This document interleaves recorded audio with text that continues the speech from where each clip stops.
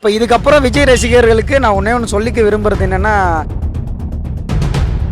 இது வரைக்கும் எனக்கு தெரிஞ்ச வரைக்கும் எம்ஜிஆரை தவிர மற்றவங்க யாரும் நல்லா பண்ணதே இல்லை. மனுஷனா பிறந்தா கண்டிப்பா இதெல்லாம் மறக்கவே கூடாது யாரா இருந்தாலும். ஆந்திராவில் வருஷத்துக்கு 10,000 ரூபாய் கொடுக்குறாரு. யாரே ஜெகன்மோகன் ரெட்டி இவர் என்ன கொடுக்குறாரு? நடிகர் விஜய் வந்து எந்த காரணம் ஆரம்பிச்சிருக்காரோ அவர் தனிப்பட்ட விஷயம்.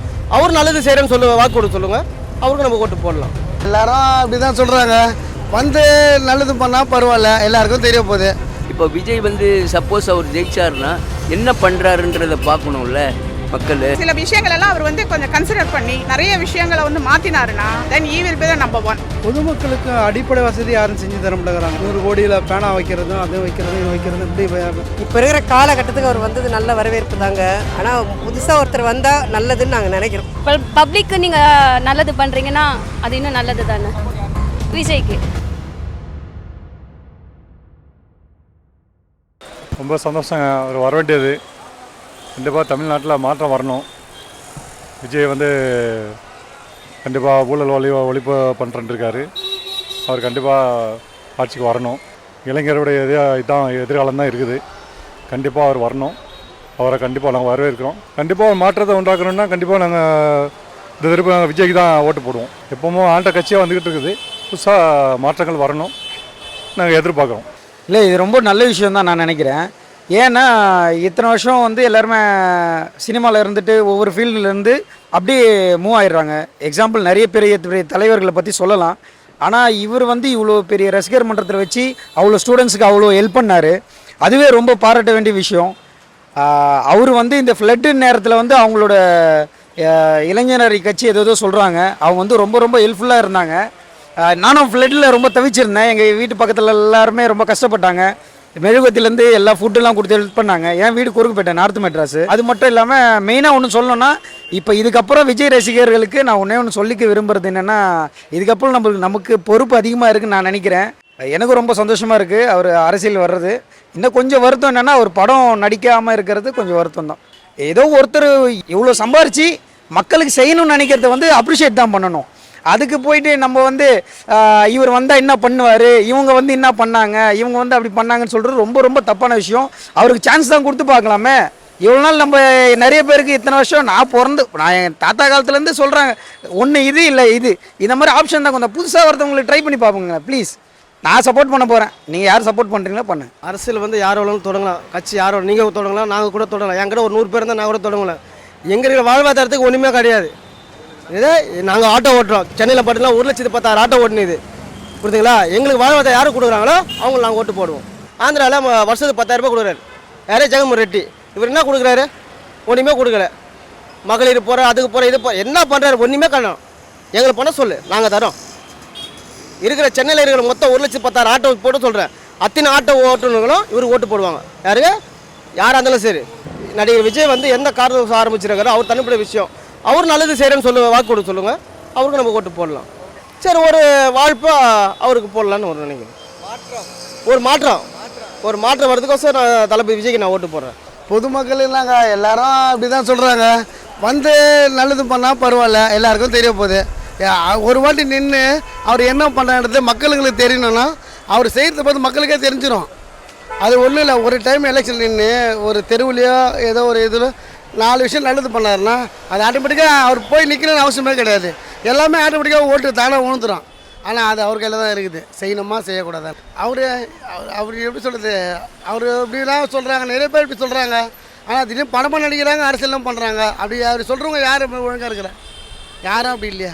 நம்ம எல்லோரும் பொதுவாக தாங்க சொல்ல முடியும். அவரை பொறுத்தவரைக்கும் விஜய்ன்றது வந்து அவர் சினிமாவுக்கு நடிச்சாருன்னா அவர் பெனிஃபிட்டு, மக்களுக்கு சேவை செய்யணும்னு நினைக்கிறாப்புல செய்யட்டும். ஆனால் நல்ல விஷயம் தானே அது.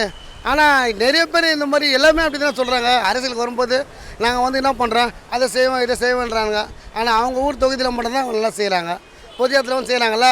இப்போ அவங்க வீடு சாலிகிராமத்தில் இருக்கிறாரு. அந்த வீட்டில் ஒரு ஆட்டோக்காரன் பேட்டி கொடுத்துக்கிறான். ஆனால் அவன் யாருன்னே தெரியல. அந்த ஆட்டோக்காரன் எவனோ ஒருத்தர் பெங்களூர்லேருந்து வந்துக்கிறேன்னு சொன்னாங்க. வந்து அவங்க வீட்டில் போய் கவு தட்டுறாங்களாம். வந்து கவு தட்டுறவங்களுக்கு வந்து எந்த ஒரு ரெஸ்பான்ஸும் இல்லையா. ஒரு தண்ணி பாட்டில் கூட இல்லைன்றான். அவங்களுக்கு எங்கே ஊட்டிலேருந்து வந்திருக்காங்களாம். அவங்களுக்கு ஒரு தண்ணி பாட்டில் கூட இல்லை குடிக்கிறதுக்கு அப்படின்றாங்க.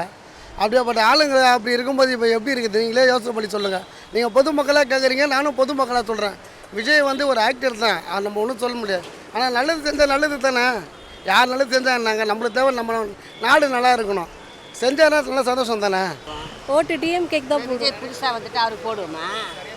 அவருக்கு என்ன தெரியும் கட்சி என்னது யாரு என்ன சொல்றாங்க டிஎம்கே பத்தி?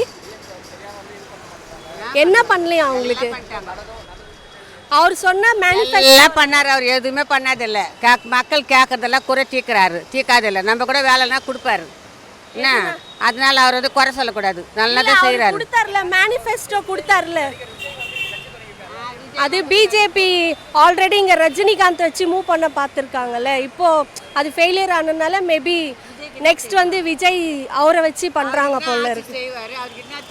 என்னுடைய கணிப்பு அப்படிதான். எல்லா பிதவரங்க சம்பாதிக்கிறதுக்கு இவர் என்ன நல்லா பண்ணுறாருல்ல. எவ்வளோ பண்ணார் வந்து அண்ணாடிங்க பஞ்சா எவ்வளோ பண்ணார். ஸ்டாலின் சார் வந்துட்டு கொரோனாக்கு எவ்வளோ கஷ்டப்பட்டோம். எல்லாரையும் உள்ள வச்சு அடைச்சி வச்சாங்க எடப்பாடி அவர் அப்ப இருந்தப்ப. அவர் வந்து இம்மிடியட்டா எவ்வளோ ஆக்ஷன் எடுத்தார், அதெல்லாம் மறக்கவே முடியாது. மனுஷனா பிறந்தா கண்டிப்பா, ஆமா கண்டிப்பா மனுஷனா பிறந்தா அதெல்லாம் மறக்கவே கூடாது யாரா இருந்தாலும். இதில் விஜய் வந்து எல்லாருமே எதிர்பார்க்கறது ஒரு மாற்றம் வரணும்னு. இப்போ விஜய் வந்து சப்போஸ் அவர் ஜெயிச்சாருன்னா என்ன பண்ணுறாருன்றதை பார்க்கணும்ல மக்கள். அது ஏன்னா மற்றவங்க எல்லாரையும் பார்த்துட்டாங்க, இவரை பார்க்கல. இப்போது வரும்போது பார்ப்போம். இல்லை இவர் சப்போஸ் இவர் ஃபெயில் ஆகிட்டாருன்னா டிஎம்கே தான் 100%. அதில் டவுட்டே கிடையாது. டிஎம்கே கலைஞர் வந்து நம்மளுக்கு ஒரு பாரம்பரிய அடையாளம். கிட்டத்தட்ட எம்ஜிஆர் மாதிரி செய்யணும். எல்லாருக்கும் சுவர் போடணும், எல்லாருக்கும் வேலை வாங்கி தரணும், எங்கெங்கெல்லாம் வேக்கன்சி இருக்கோ அங்கெல்லாம் ஃபில்லப் பண்ணணும். பெரிய பெரிய கவர்மெண்ட் ஆஃபீஸர்லாம் வந்து அப்ளிகேஷன் கொடுத்துட்டு அவங்க வெதர் கேப்பபிள் ஆர் நாட்னு பார்த்துட்டு எல்லா இடத்துக்கும் ஒர்க் பண்ணி அவங்களுக்கு எல்லாருக்கும் ஒர்க்கை கொடுக்கணும். யாருமே வேலை இல்லைன்னு சொல்லக்கூடாது, காசு இல்லைன்னு சொல்லக்கூடாது. இப்போ ஸ்டாலின் வந்து நம்மளுக்கு அத்துப்படி. நான் சின்ன வயசுலேருந்து கலைஞருக்கு தான் ஓட்டு போட்டிருக்கேன். அதனால் அதெல்லாம் ஒன்றும் பிரச்சனை இல்லை. இப்போது இவர் புதுசாக வர என்ட்ரின்னு இப்போ எம்ஜிஆர் மாதிரி என்ட்ரி வந்துட்டுன்னா ஜெயிச்சிடுவார். அந்த எம்ஜிஆர் அதுதான் சொன்னேன், எம்ஜிஆர் மாதிரி செய்யணுன்னா செஞ்சால் ஜெயிச்சிடுவார். எம்ஜிஆர் ஃபஸ்ட்டு என்ட்ரியே ஜெயிச்சார்ல, அதனால் ஆண்டிப்பட்டியில். அதனால் அது மாதிரி ஒரு வெறித்தனமாக செய்யணும் மக்களுக்குன்னு நினச்சாருன்னா கண்டிப்பாக வந்துடுவார். அவர் ஒரு யங்ஸ்டர்ஸு, நிறைய விஷயங்கள் வந்து அவருக்கு தெரிஞ்சிருக்கும். ஸோ அவர் ஏதாவது நல்லது பண்ணணும், ஃப்யூச்சரில் வந்து இந்த மாதிரி லஞ்சம் இல்லாத ஒரு மாநிலமாக உருவாக்கணும் அப்படின்னு நினச்சி இதில் அவர் இறங்கியிருக்கலாம். Because he can do something better than others. ஏன்னா அந்த இப்போ இருக்கிறவங்க அத்தனை பேருமே வந்து என்ன சொல்கிறாங்க, பழைய ஆளுங்க. ஸோ அவங்க வந்து அதே இதில் தான் வருவாங்க. இவருக்கு வந்து யங் ஜென்ரேஷன்றதுனால நிறைய டெவலப்மெண்ட் பார்த்துருப்பாரு, எதெல்லாம் பண்ணலாம், நிறைய கண்ட்ரிஸ் போயிருக்காரு. அந்த டெவலப்மெண்ட்டை வந்து அவர் பண்ணுறதுக்கு சான்சஸ் இருக்குது. ஸோ ரியலி இது வந்து ஒரு அப்ரிசியேஷன் பண்ணலாம்.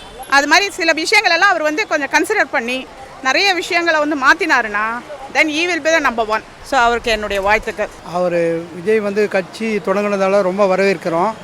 ஆனால் வந்து அவர் ரொம்ப கடுமையாக உழைக்கணும்னா பொதுமக்கள்கிட்ட எல்லாத்துக்கிட்டையும் இறங்கி பேசணும். அப்போ தான் வந்து கடுமையாக உழைக்க முடியும். இதுதான் ஒரே கருத்து. வரவேற்கிறோம்.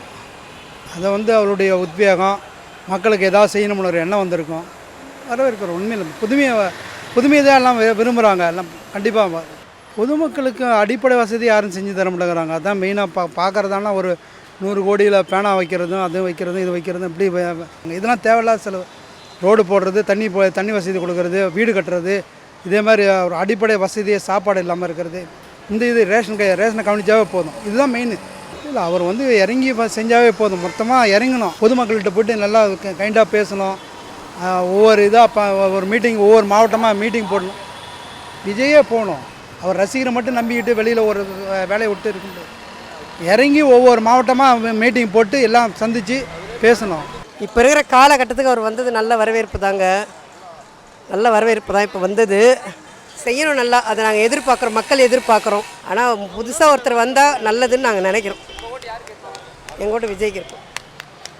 நல்லது பண்ணோம். Good for the Tamil Nadu people and அவ்வளோதான். வேற என்ன, as an actor we have seen him in a very good role.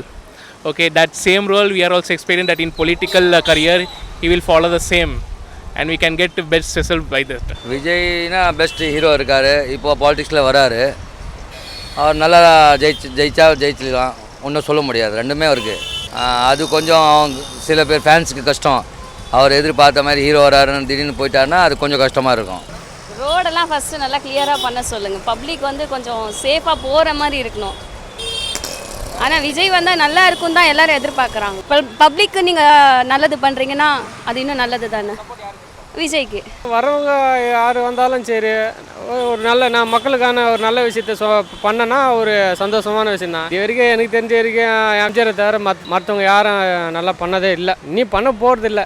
எது இருக்குது ஒரு இடங்கிற சுத்தமாக இல்லை, ரோடு கரெக்டாக இல்லை, குப்பை கரெக்டாக வாரதில்லை, யார் கையிலையும் கரெக்டான பேச்சு இல்லை, எல்லாமே போய் மேலே தான் வேஷம் போடுறாங்க. உள்ளுக்குள்ளே எவ்வளோ விஷயம் இருக்குது பண்ணுறது, அதெல்லாம் விட்டுறாங்க.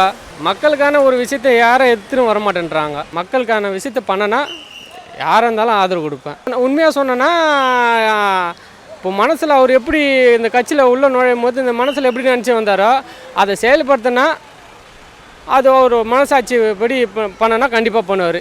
அவரும் மற்ற அரசியல் மாதிரி பண்ணிட்டாருன்னா அது சொல்ல முடியாது எப்படின்னு. ஒரு அவருக்குன்னு இப்போ ரசிகர் மூலியமாக இருந்தோன்னா ஒரு சப்போர்ட் இருக்குது அரசியலில் வரத்துக்கு. அதை கரெக்டாக மக்களுக்குன்னு பயன்படுத்துறதுனா நல்ல விஷயம். என்ன அவரும் அந்தமாரி பல அரசியல்வாதி மாரி வேறு வழியில் போயிட்டாருன்னா அப்புறம் அவருக்கு ஒரு வேல்யூவே இல்லாது. இப்போ நம்ம விஜயகாந்த் சார் மாரி அவர் பண்ணுற மாரி அவர் பண்ணியிருந்தேன்னு வச்சுக்கா ஒரு கரெக்டான ஒரு விஷயம். அவர் சொத்தை ஏந்துக்கிற அவர் பண்ணுற ஆள் என்ன. ஆனால் அவர் தெளிவாக இருந்ததுன்னா கண்டிப்பாக அவர் உயிரோடு இருந்ததுன்னா கண்டிப்பாக நல்லா பண்ணியிருப்பார்.